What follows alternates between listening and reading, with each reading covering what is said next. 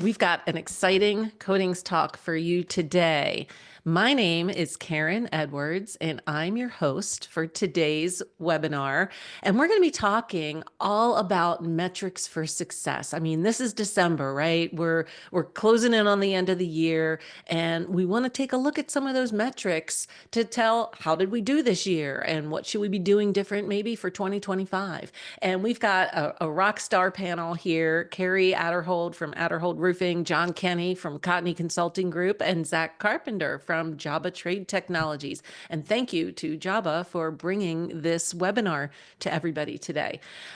Before we get into introductions and dive in, I do want to do a little bit of housekeeping. We are recording this, and it will be available within 1 to 2 days on CoatingsCoffeeShop.com. You can find it under the Read, Listen, Watch menu, because we've got some really good information for you today, and chances are you're going to want to share it with some other folks in your company who maybe couldn't be here today. So that's where you'll find it in just 1 to 2 days.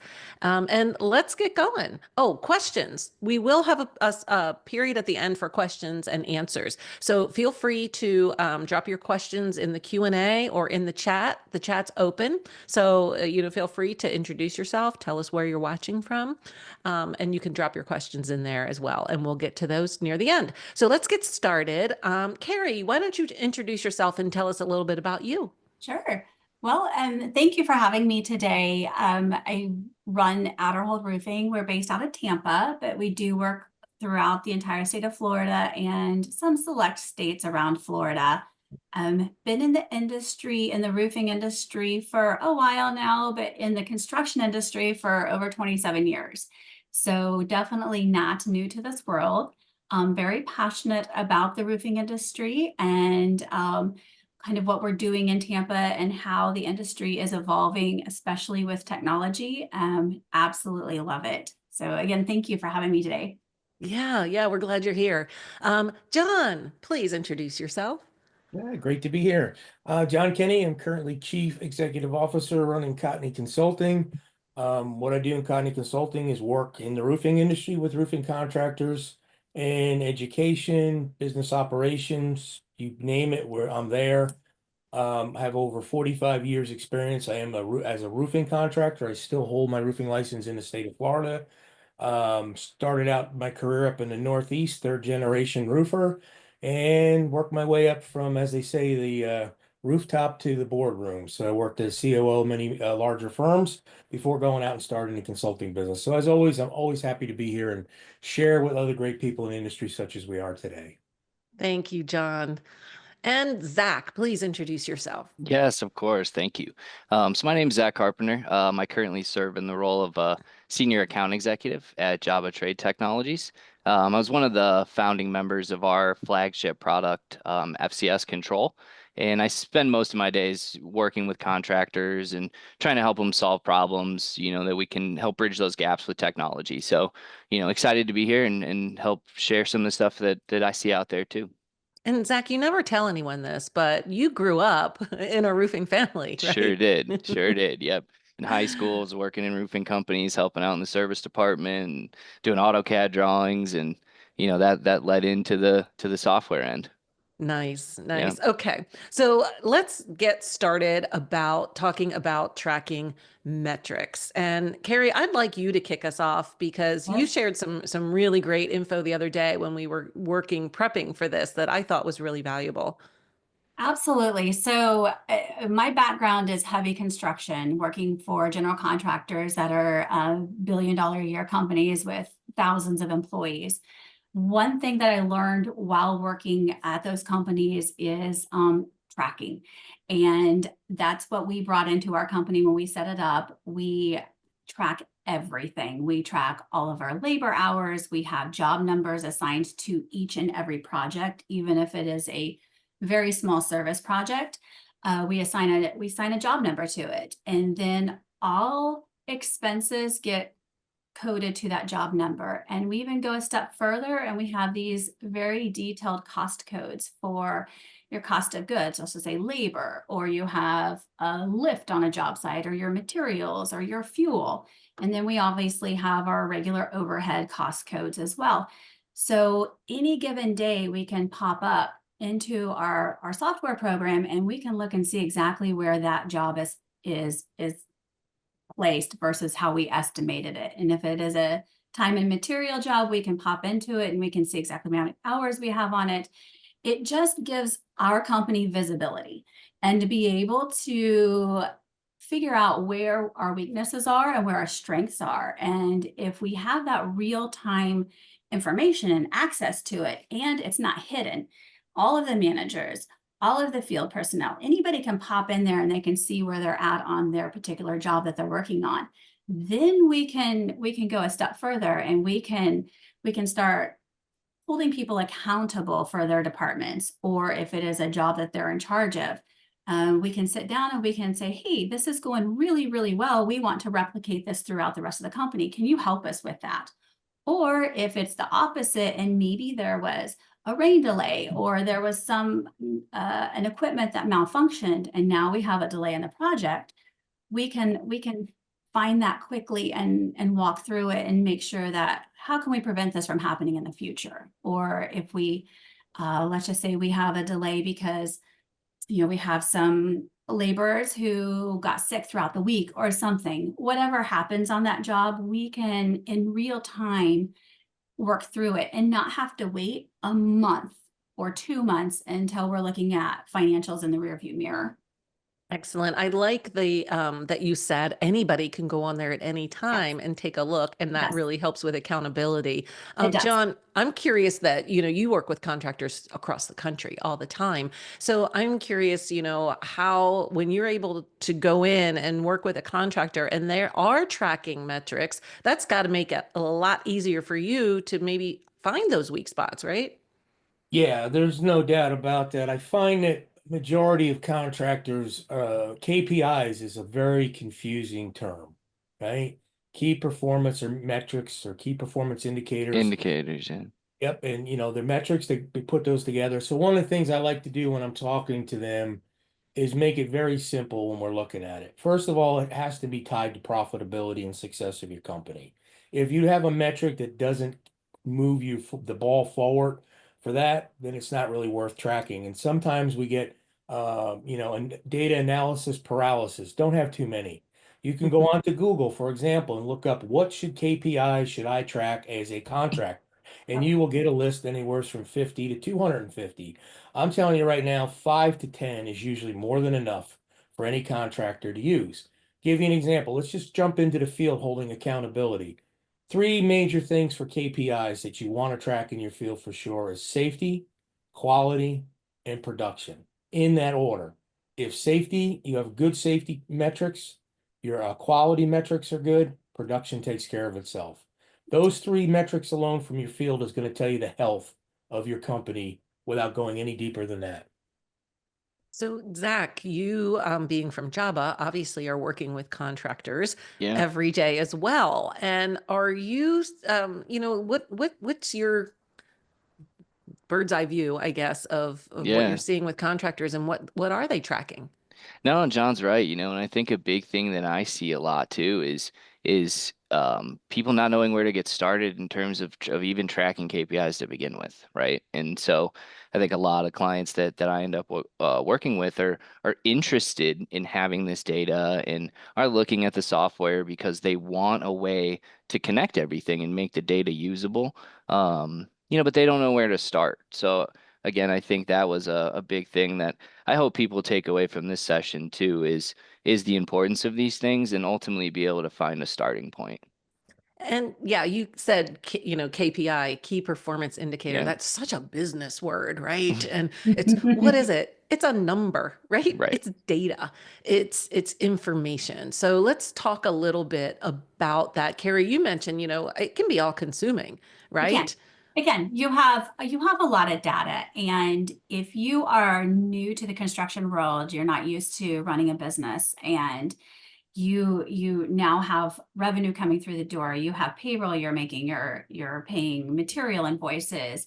There's just a lot of data in the day-to-day life that can consume you and can burn you out if you don't have the ability to harness that data and put it into dashboards or reports that make sense to you. And going back to what John said with the KPIs is there is a lot of data there. You can establish a bunch of KPIs, but you really need to look at just a few reports, a few items to know what is going well and what's not going well. And I think with the way technology is going, with what Jobba is doing, with what some of the accounting softwares are doing, with what AI is doing, it helps people to harness that data and to use it to grow the company, if that is your goal, to grow the company. Or if you're a new company and now you're getting hit with all of this cash coming through the door, and it's like, wow, it's exciting. I mean, everybody gets excited with cash coming through the door, or credit cards, or whatever you take. But what do you do with that? Have you set enough aside for your payroll taxes, for your insurance? It's very common in our industry that you have work comp that you pay 30 to 60 days after you actually had your payroll. So you have to set some work comp money aside. And then also your general liability. If you are one of those unlucky companies that has an audited general liability policy, then about 9 months after your policy renews, you're going to sit down with the agent and you're going to go through all of your payroll, all of your revenue. And if you had a spectacular year, which is what we all want, but you didn't set aside enough money, now you have this big bill coming that you're going to have to figure out how to pay for. So I think having all of these metrics together and understanding them with dashboards is very, very helpful. So you know what's profitable and what's not profitable. Yeah, very well said. And I like that you mentioned, that first bullet point there, it's got to be unique to your business's goals, right? Absolutely. If you've been in this for a while and you're in a growth mode, if you're just getting started, you want to make sure that you are tracking the correct numbers. And John, I'd like to ask you to talk a little bit about the whole successes and weaknesses and the objectivity of the data.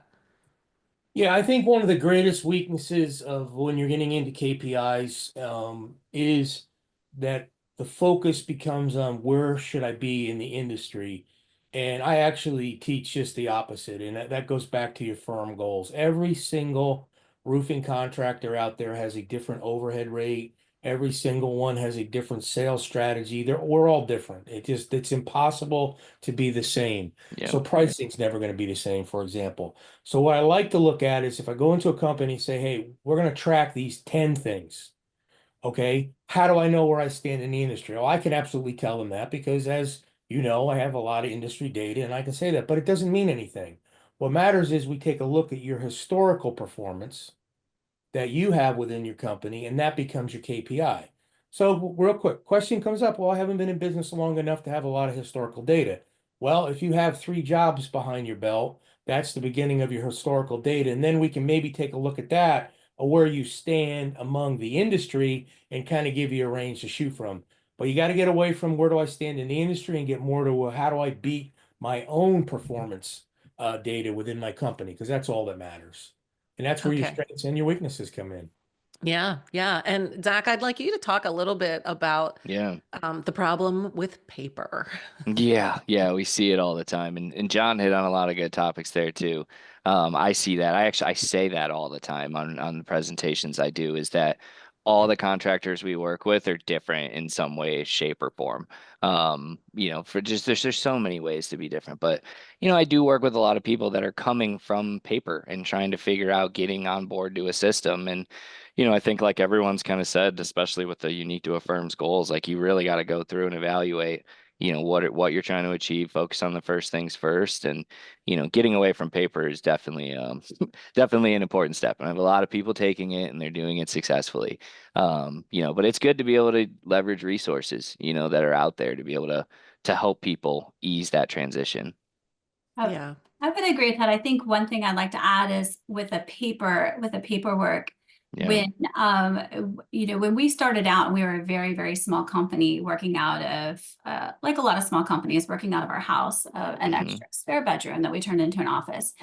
And one of the things that we immediately said is, how can we utilize technology to work out in the field and still be linked to the office and not be tied behind a desk? Because when you're the owner or the manager of a small company, you wear a lot of hats. And how can you leverage your time best? And so we started with that goal, and we worked really hard as we were growing to maintain cloud-based technology, so that when COVID did hit and a lot of firms were struggling with everything from timesheets to payroll to their job performances, we were already 100% cloud-based. And so that is why, throughout the year, our employees will go and not field employees, obviously, but our office employees or even managers will be able to go for a week and work somewhere if they want to. And I'm not talking vacation, but like if they want to work remotely, that it's not a disruption to us at all. We have that visibility and that real-time access to information that everything can be done simultaneously without having to wait for a paper service ticket or a paper timesheet or a paper check. And for us to take our profits through those early years and even now and reinvest it back into the company for that technology to be able to help drive us has been invaluable. It's hard to put an ROI on it. And if I had to put one on it, I'd say it is the best thing that you can reinvest in besides your employees. Wow. Yeah, that's powerful. Yeah. Definitely. Okay. So let's talk about, now we've identified my top 10 KPIs that are unique to my business that I'm going to track to see how I'm doing. What does that look like? How often should I be looking? And I mean, we're talking, at the title, we said this is the end of year. You don't want to wait till the end of the year to look, right? Kari, why don't you start us? Tell us what does that look like for your business? So we have a couple of different divisions. We have a service division and we have a production division. And so our reviews and our KPIs are a little bit different for each division. For our production division, we look at our reports weekly. We have a very quick 1-hour meeting on Friday mornings, and we go through our current projects and we go through the financials for them. We go through the labor hours, everything that we need to view. And it's again real time from the previous, like the longest that the data is delayed is about 3 days. So we're looking at virtually real-time information. For our service department, since it's much faster paced and we have a lot more data and a lot more projects, we look at that once a month. And so we're looking at labor, we're looking at any warranty callbacks, we're looking at customer retention, we're looking at profitability, and really kind of honing in on that.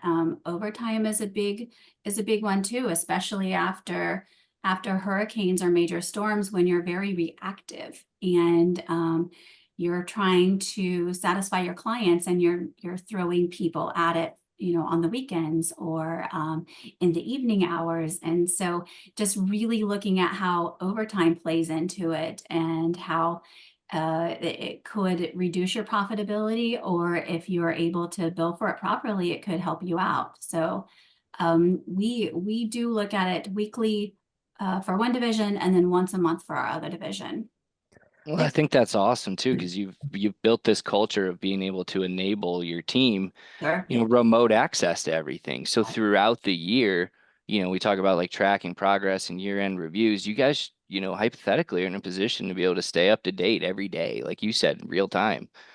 Things that are hard to achieve, but kudos. It sounds like you guys have done a great job in doing that. Yeah. you mentioned, Kari, that it's very visual, right? There's Yeah, charts, there's graphs, it's kind of presenting the information to you and it's obvious what you're looking at. And right, the one scenario, and you mentioned this earlier too, especially, with a storm or a hurricane, since you're in Florida, when you get all this money and this work coming in, but are you making a profit? right, And this is kind of how you know that, right? right. And yeah, John, we talked a little bit too about this is the data that backs up that feeling. Like you may be like, oh, we've got all this coming in, but I'm not sure we're actually making any money on this, right? Well, yeah. So the problem with financial reviews is it's a rear mirror. It's a rear view mirror view. By the time you get a financial statement, everything's already happened. It's like Monday morning quarterbacking, as they Yeah. say. Not much you can do about it. It's there. You got to figure out how you get better. The Right. idea of a KPI is to be the forward-looking view. So let's use an example. Kari brought up a great example about overtime. So what is a simple KPI in that? And Kari, I'm not saying this is what you accept in your company, but we're going to talk about a generalized roofing company. I Sure. can accept up to 5% overtime rate in a week. Okay.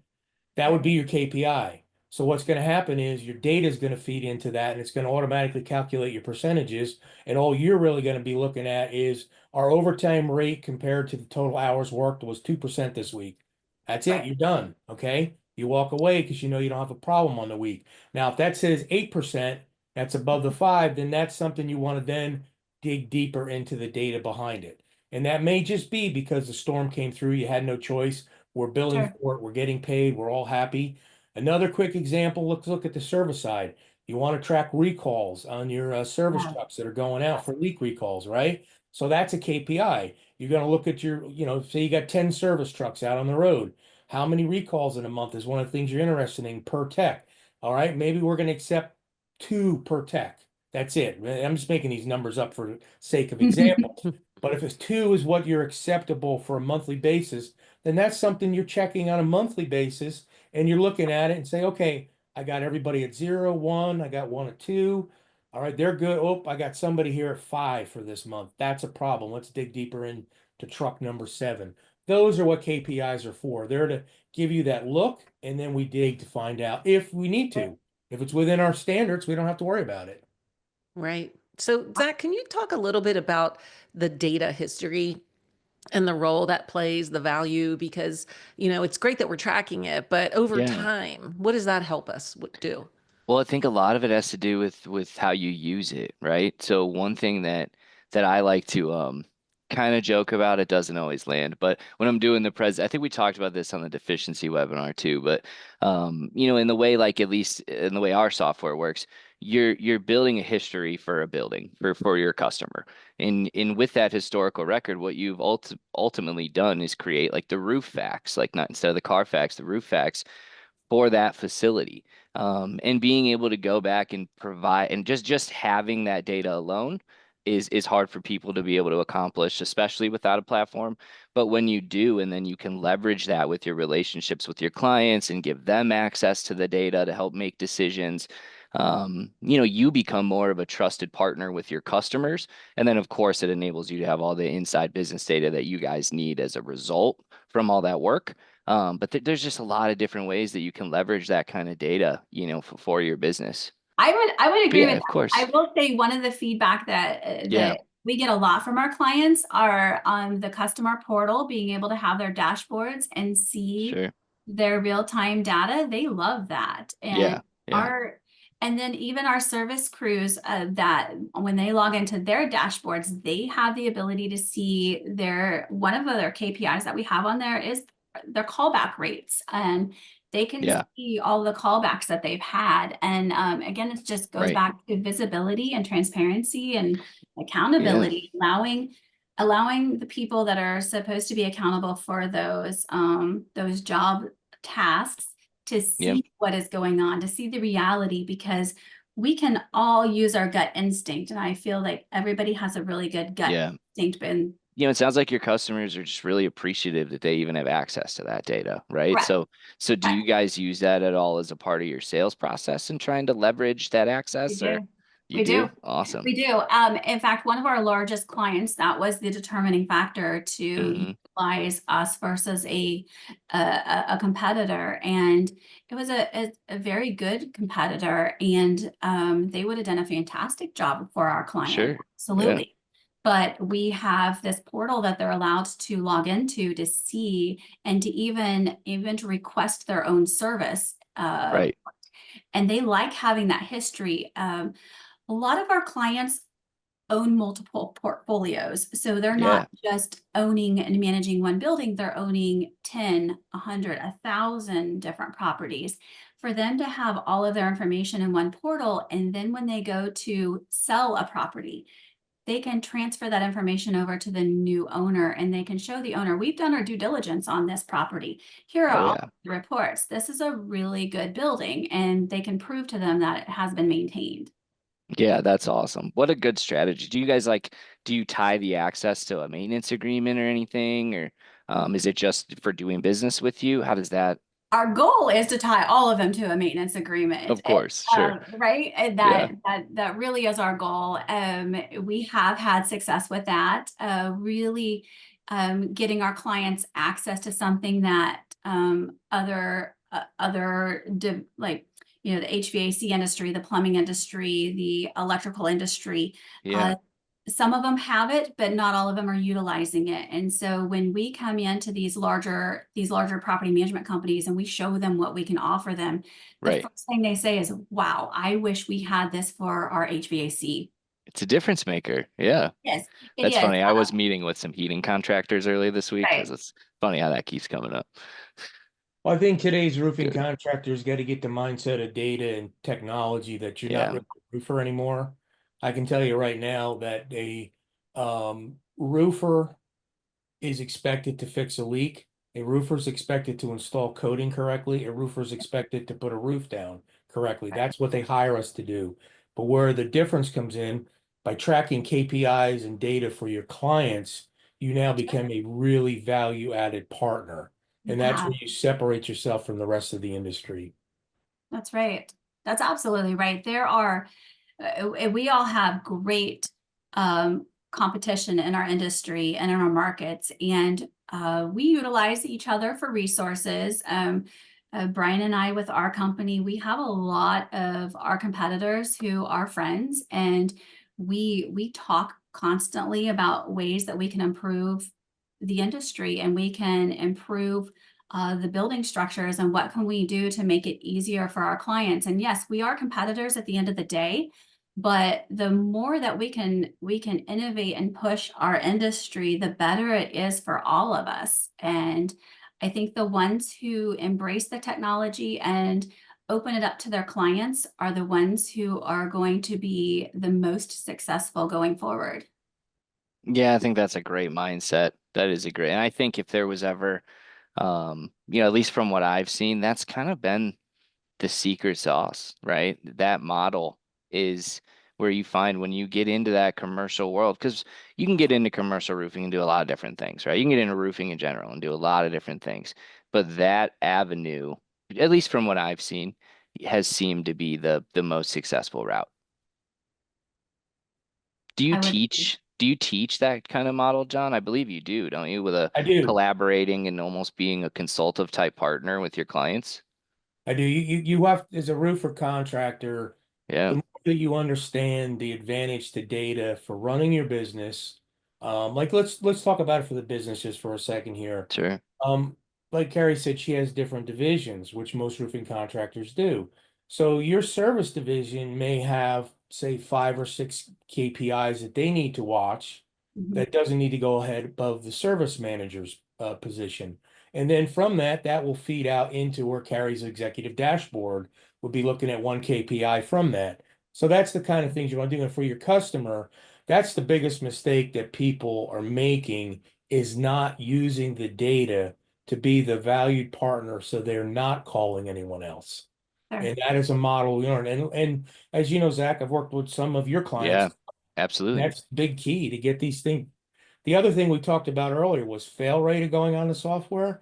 I'll tell you, one of the biggest things that I find in the industry is that most contractors only utilize 20 to 30% of what the software's capabilities are. That's a very Oh, strong point. Yep. and that's a killer in the industry. It is. Yep.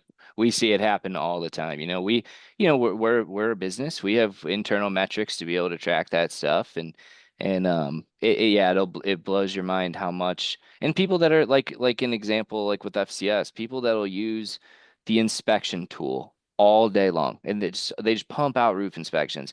And they come and say, I really need a service module, or I'm using this and this and this to do service.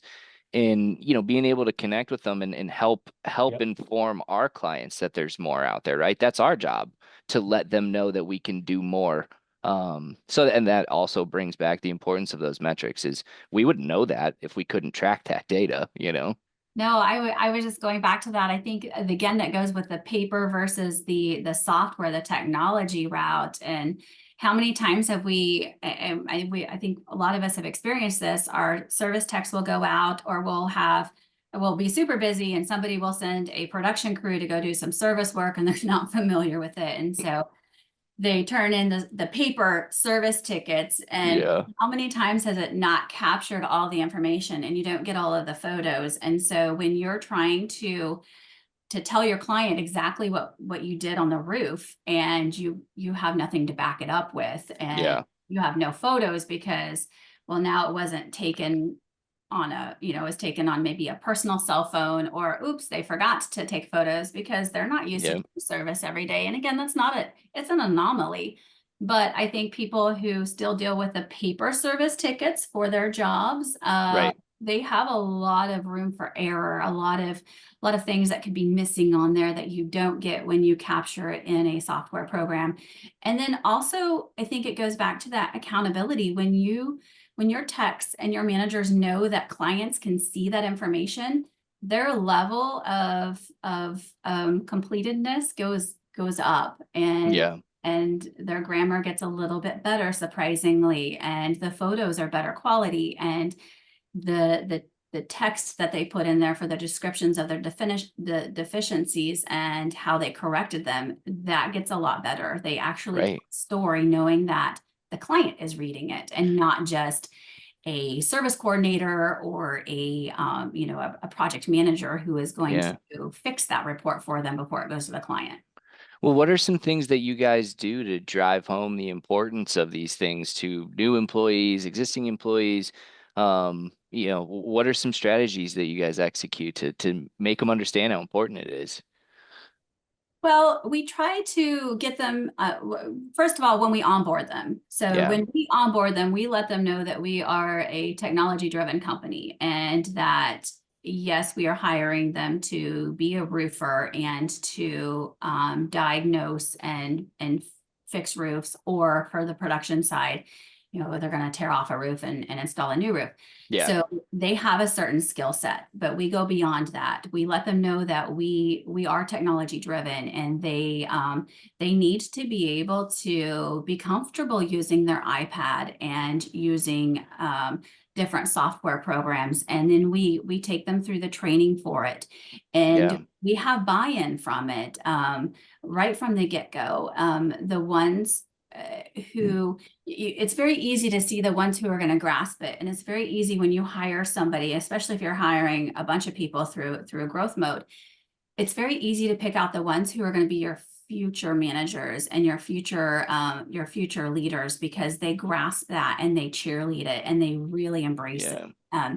And they help others who are struggling. So we tend to pair people up, a very strong technology driven person with somebody who doesn't have the skill set yet, and we Yeah. try to bring them together. That's awesome. That's fantastic. I think that'll help. Like we had talked about earlier, I know a lot of people struggle with that. So thanks for sharing some of that, some of that content. That's good.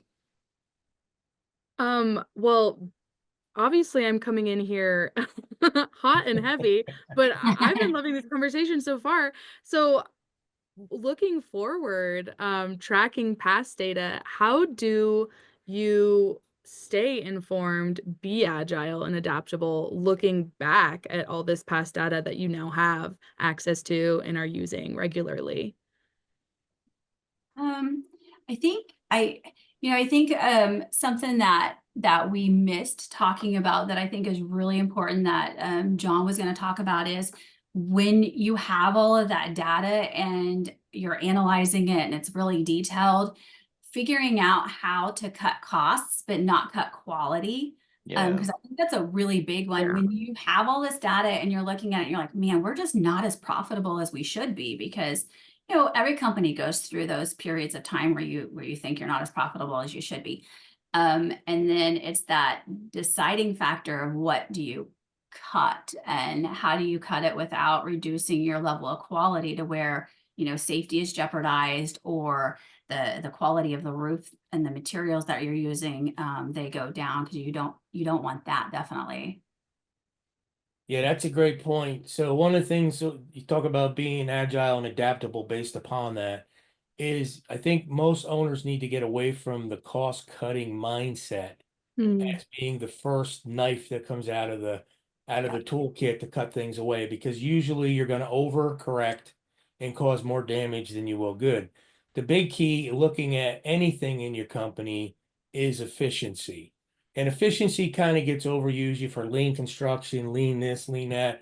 But how you want to look at everything is from getting from the starting point to the finishing point of everything you do, including your roofing operations out in the field.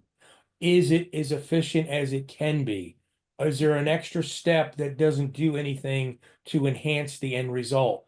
That's where you start to pick it up. That goes back, I know that's not what today's about, but that's the difference between looking at productivity and efficiency. And the same thing works throughout your entire operation. You can only produce so much in a day, but by increasing your efficiency, you will produce more in the same amount of time. You can never increase productivity without increasing efficiency.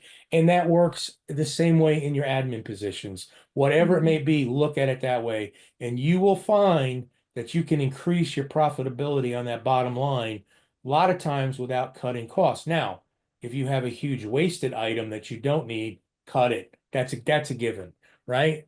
And that comes down to sometimes you make a decision, do I really need this new truck or do I not need this new truck?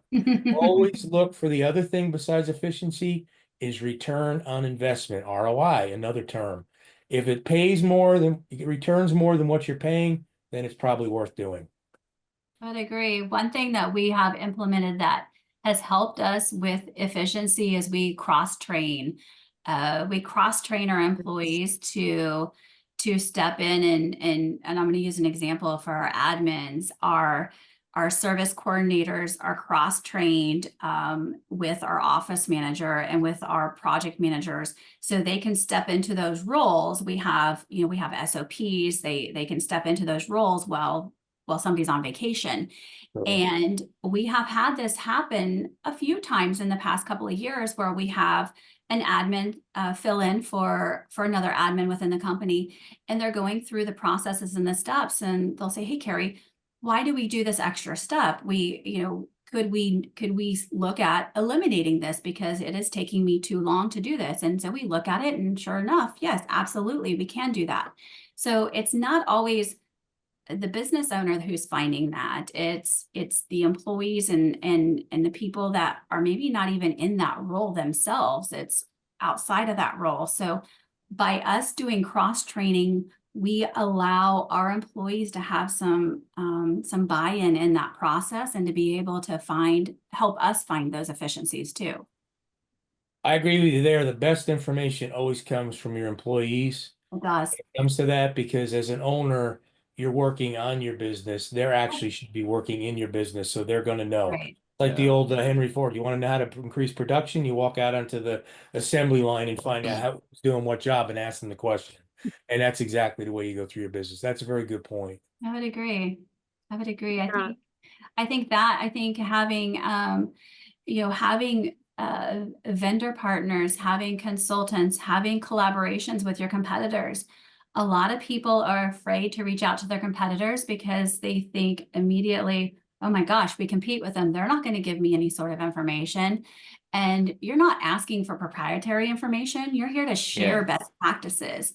And when you share best practices with your competition, it makes the industry so much stronger. And at the end of the day, you're helping your clients even more by by learning their best practices and sharing those best practices and becoming a mentor for somebody else or having a mentor yourself. I don't think that you can successfully own any company without having some sort of mentors and partnerships with vendors, consultants, with other with your competitors. I think you have to do that. 100%. And I know what you guys know because we've done business in some sort.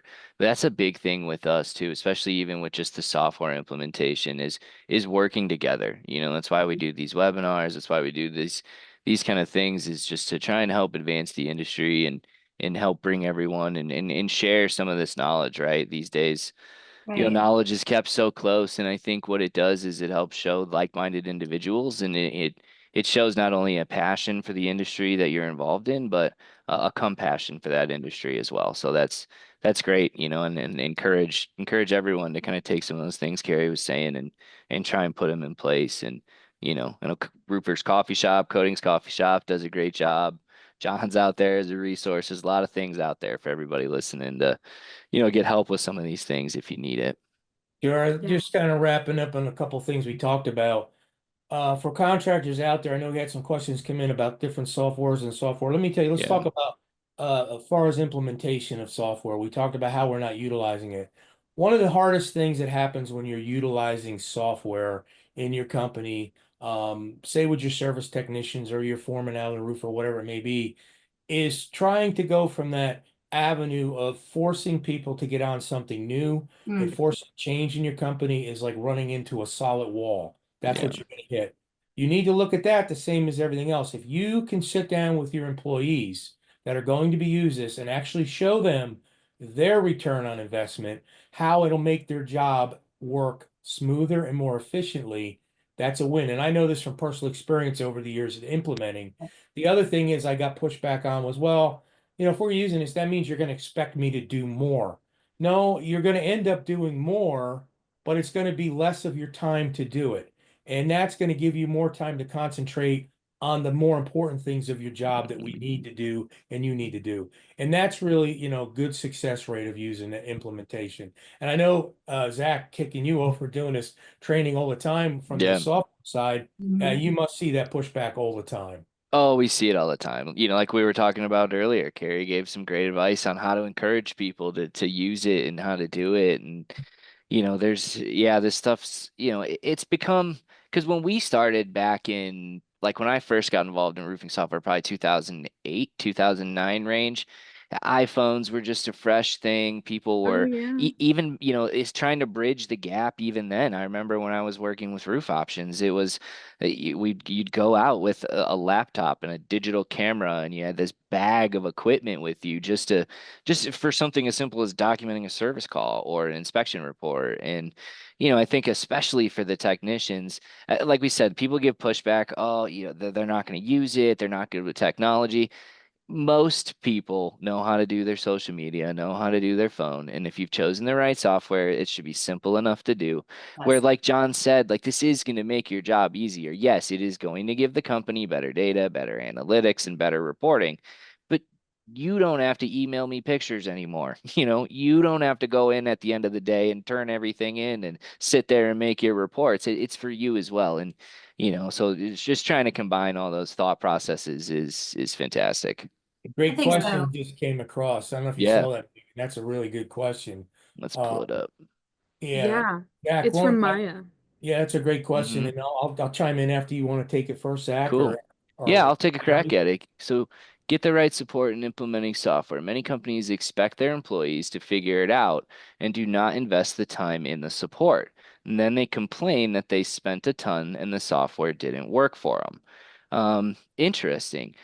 So Kari, with you, owning a roofing company, did you guys, I'm sure you've tried different things throughout the years, right? Good.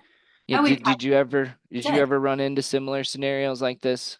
Absolutely. Yeah. And even before our company, I launched customized software programs for 3 other very large companies, and Yeah. 2 of them were absolute failures, and they failed miserably because Mm-hmm. what happened is kind of exactly what that question alluded to, is that the the software was purchased and customized to solve a problem. And then the management walked away and said, okay, it's yours now. You figure out how to use the software to solve this problem that we have.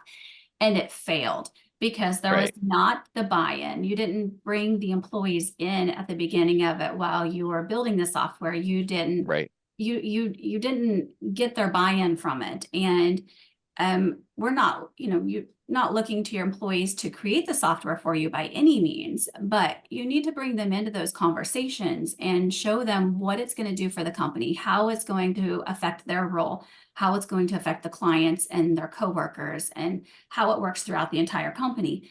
And then you need to have proper training for that. You need to have customized training for each different user and their role within that software and within your company. And once you have that and it's successful, and you're not bringing a software in 2 months and implementing it. I mean, software should be, it should take a while to bring in and really make sure that it's going to work for your company and your goals. And that doesn't mean you have to spend hundreds of thousands of dollars customizing it. You could buy something that is pretty much off the shelf and just maybe tweak it a little bit to your needs. But bringing your employees into it instead of just surprising them with something and then making them solve your problem for you is not going to be successful. No, and I see that too, and I know John's got some good stuff on this topic, but like I think we had said a couple times, you can lead a horse to water. Like us, our new clients, we offer training, we provide it, we have the resources.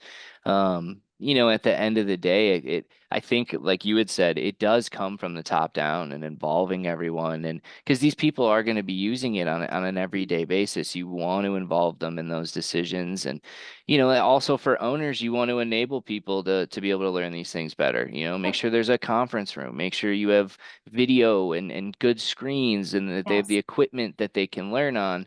Because ultimately them having a good experience and using that software drives you to have these metrics and these KPIs to even do everything we're talking about. So right. And I think that going along with the training is having having your cheerleaders throughout your organization, because your cheerleaders aren't always your managers. We all know that. Your cheerleaders are really good at what they do at rallying their coworkers and themselves and getting their buy-in and bringing them on board on some of these things really helps. And then one thing that we did when we were going through our training with some software programs is we recorded them, and then we put them in, we broke them out into chunks for whatever the training module was about.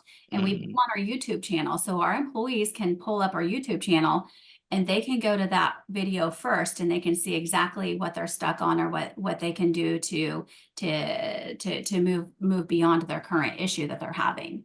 That's awesome. And though I guess the last point I'll say on this, and I know John's got some good stuff he wants to contribute, is like, especially when you're implementing a new software, and Kari, you've said this a few times, you do it to solve a problem, right? And with those kind of changes and with the software implementation, a lot of times does come changes, or at least being open to changes in SOPs and updating your KPIs and doing all these things. And again, I think just further drives home the importance of having buy-in and top-down enforcement as well. But John, I know you had mentioned you had some good feedback for this topic. What are some of your thoughts? So, I mean, one of the things I've always done, and it kind of ties into the questions that have been asked, is you got to have some super users in your company. You have to have, you got to have somebody that your people can go to within your company that are at least your point people, that number one are going to understand the problem they're having, even if they don't have the solution. Because, example, if I'm a super user, which I have been throughout the years at different times, I want to be able to be the one that's going to use Zach or whoever you've assigned to your company with my question, get the answer, get the solution, go back, and then feed it out within my company. Because you can't have 15 people trying to call a software manufacturer to get an answer. It's disastrous. So that's the key, having some super users, and that is usually more of an investment than just doing the normal training. That is partnership with your software provider to have them maybe go to their home office and do a week's worth of training to get them to that point. And I highly recommend that. The other thing is too, from a company standpoint, if I'm going to be your super user, I hate to say it this way, but if I'm an employee now, what's in it for me? All right. And you want to incentivize them. You want to be the one. It's a big task. and saying, hey, you know, I'm going to put you in this position. You have the quality, the strength, all the organizational skills to do this. But for taking on this extra work, here's what we can do and work a deal out with you. Right. And that's it. And then also be in the mindset that what we're using today is not necessarily what we're going to be using in 3 to 5 years. Yeah. Because, you know, being in the software business, things are Evolves. going to change and So hopefully quick. better. Yeah. Yeah. Yeah. Yeah, it's really interesting you say that, John, too, because Maya, who asked the original question, also put in here adopting an internal champion within the organization helps bridge communication as well. So, so true. Yeah. I'd Spot love on. to start really bringing this all together and wrapping it all up with a nice little bow. How do contractors bring all these different things we've talked about together to create a strategic plan going into this new year? Maybe Kari or Zach, you can go first. Yeah, I mean, from my standpoint, you know, my advice would be reach out to your resources, get in touch with people like John. Kari's open to talking to people. But Absolutely. it starts with, you know, understanding your needs and then finding a system to get that in place. So from my standpoint, you know, talk to John, talk to your people, talk to your peers, figure out your goals. I can help you identify the right software. And if you need advice going forward, sounds like Kari's open to working with people too. Yeah. Absolutely, 100%. And I echo that. I think that once you have your data and you're starting to analyze it, and we're at the end of the year, so we've all been looking forward to 2025 now. Even some of us who are still working through hurricane stuff, we have to put our thinking caps on and look beyond tomorrow. And using your gut instinct, which is really good, but also using the data, because sometimes in our gut we say, oh, we had a really rough year, and then we look at it and we're like, no, we actually had a good year. We were setting ourselves up for growth, so maybe the numbers aren't as good as what we thought they should be, but let's look at these metrics, and knowing that it was better than what we thought it was going to be. Or on the flip side, if it was worse, we need to look at that too. And how do we pivot? And how do we not react quickly and make a knee-jerk decision that is going to, like John said earlier, overcorrecting too quickly. So you all see that, or when you're driving down the road and you get off on the side of the road and you see somebody else that jerks their wheel because they overcorrect. Yeah. We've seen that in businesses too, where they overcorrect too much. They lay off a bunch of people because the revenue goes down. They do all these things, and it's a little too much. So just finding that middle ground, but definitely having partners in the industry helps. Having relationships with again, I hate to say it again, but your competitors, and with vendor partners, consultants. There's a lot of very smart people out there who have been in the business for many years, and some are just new to the business, but they're incredibly intelligent, and leaning on them is well, we do it. I would Yeah. hope that other people would do it as well. That is great advice. John, Yeah, anything last to thing add? I'll close in, I try to tie it all together. I think now we're coming at the end of the year. Whether you have time to do it now between now and the end of December, depending on what your schedules are, or it needs to be done at the very beginning of January when you come back, you got to get off site. You got to take your key players, you got to get out of the office. Nothing ever happens in the office except daily operations. You got to go somewhere where you're in a small conference center, a hotel, whatever it may be, a conference room, whatever you can get out of there, lunch brought in, plan on spending a day, maybe two, depending on what you want to accomplish. And you've got to listen. You got to listen to your people. And it's always good that's a great time to maybe bring that expert in to be able to be that arbitrator, to sit there and listen to what you want to do. Take all those ideas, come back, then you can actually format a plan that will be successful, because you're going to get a lot. The data is only half of your data, and the KPIs are half of what you need to accomplish. You still got the human factor of your team, and you need to listen to them because it's important. Everybody is dealing with what you want done on a daily basis, so you want to hear back from them how it's really going. Yeah, that I is agree. great advice. Ugh, I love to Kari what you said. The first time and the second time is talking with your competitors. Yeah. That is such great advice. I think, across the board on competitors in different sectors. Absolutely. Right. Yeah, that is just, I just love that. I just had to highlight that again. Thank you. Absolutely. Yeah, I think a lot of people are afraid to do that, because I mean, Yeah. it's scary. It's scary to reach out to somebody else and say, So hey, scary. this isn't working for me. What's working for you? Once you get past that fear factor, and honestly, if you're a business owner, you have to not be afraid of taking risks or asking hard questions. So hopefully you don't have that fear factor, but just knowing that other managers and business owners, competitors are human beings too, and they all went through very similar situations, and they might still be going through situations, and there might be stuff that you can help them with too. It should be a back and forth. It should be collaborative. Yeah. And even if if you don't have a great relationship with people in your market, you Mhm. can look well beyond Outside the that. There's market. IRE, throughout the Absolutely. whole industry, which is Yeah. awesome. And maybe I'll that's Absolutely. put a easier plug in if for they're our outside of the club. market. Yeah, If or you're an John. club member, we hold an operational peer group on a quarterly basis. Yeah. And that's exactly where you can come in, and that it's open, and you get to learn from, there's people in there from every corner of the US that's in that. It's a great time. That's That's awesome. fantastic. Yeah. Ah, well, thank you all for this great conversation. If anyone out there listening has questions, feel free to pop them in the chat. If you think of one after this, you can always email us at multimedia or Megan at rooferscoffeeshop.com, and we will put you in touch with these amazing panelists. You can also go to the Jobba directory on CoatingsCoffeeShop.com to find out more. You can go to the Cotney Consulting directory to find out more. Thank you all so much. This has been a pleasure getting to jump in and listen to you all just give great advice. So thank you. Thank you. Thank you. Have a Um, great day. yeah, have a great day, everyone. Again, go to coatingscoffeeshop.com to learn more. And thanks for tuning in to this Coatings Talk. Thank you, panelists. And if anyone has questions, feel free to reach out. Cool. Thanks, everybody. Thanks for Bye. stepping Thank in too, Megan. you. Yes, absolutely. Thank you, Jobba. Thank you, Cotney Consulting, and thank you, Kari. Yeah. And we'll see you on the next one. Cool. Thanks, Sounds guys. good. Bye now. Talk to you Bye-bye. later. Bye. Bye.